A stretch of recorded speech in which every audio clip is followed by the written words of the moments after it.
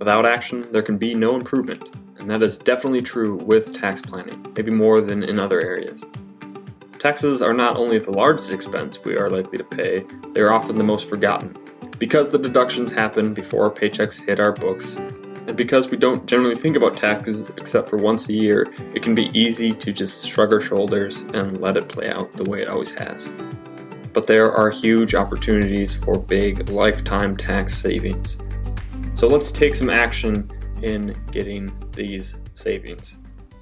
The first action, which is probably the easiest one to take, would be to check your taxation of your taxable accounts. If you have any investment accounts that are not retirement accounts, this one applies to you, and if not, you can skip this one. But the best way to do this is to check on your Form 1040, which is the main tax form that you file with for 2020, and check on line 3B. There you will see ordinary dividends. If you have a large number there, those are all income that you are being taxed at ordinary income rates.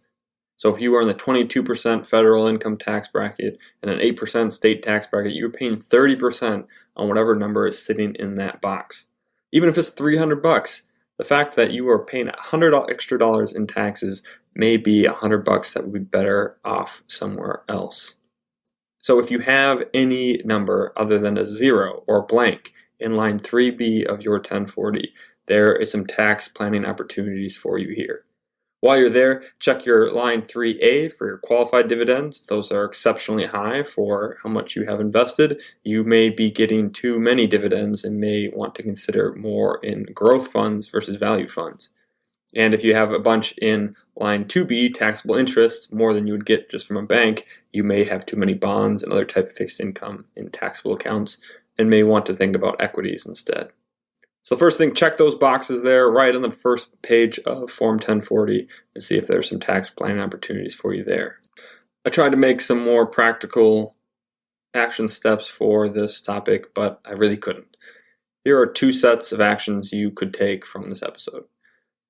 Set A, Action 1, learn the restrictions and the requirements for all the tax-favored accounts. Not an easy to-do list, but if you're trying to do your own tax planning, you need to learn this. Number 2 would be to perform an analysis of your current and projected tax brackets and shift your contributions accordingly to either Roth or traditional. That's again looking at what tax bracket are you in now, and based on your current expenses and projected future expenses when certain things are paid off and this and that, where do you think they will be? And do a comparison there and figure out then, based on that, will you be paying higher or lower taxes in retirement? And based on that, you should be doing either Roth or traditional. And then number 3 would be to evaluate the merit of reallocating those taxable accounts we just talked about earlier to reduce your ordinary dividends and interest, or perhaps even your qualified dividends. You may want to shift some of those holdings into retirement accounts and have appropriate investments in your taxable accounts.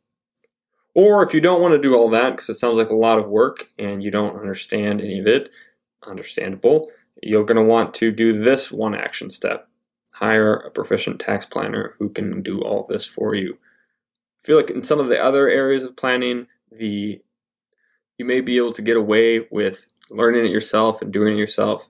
And I think taxes and tax planning is one of the hardest places to do this. I think it requires the most amount of effort on your part to understand what is going on and be able to keep up with the ever-changing tax landscape. And I think this is definitely one of those areas you're better off having a pro on your team to help you make sure you're getting the most of this. The more money you make and the more assets you have, the more important this is going to be.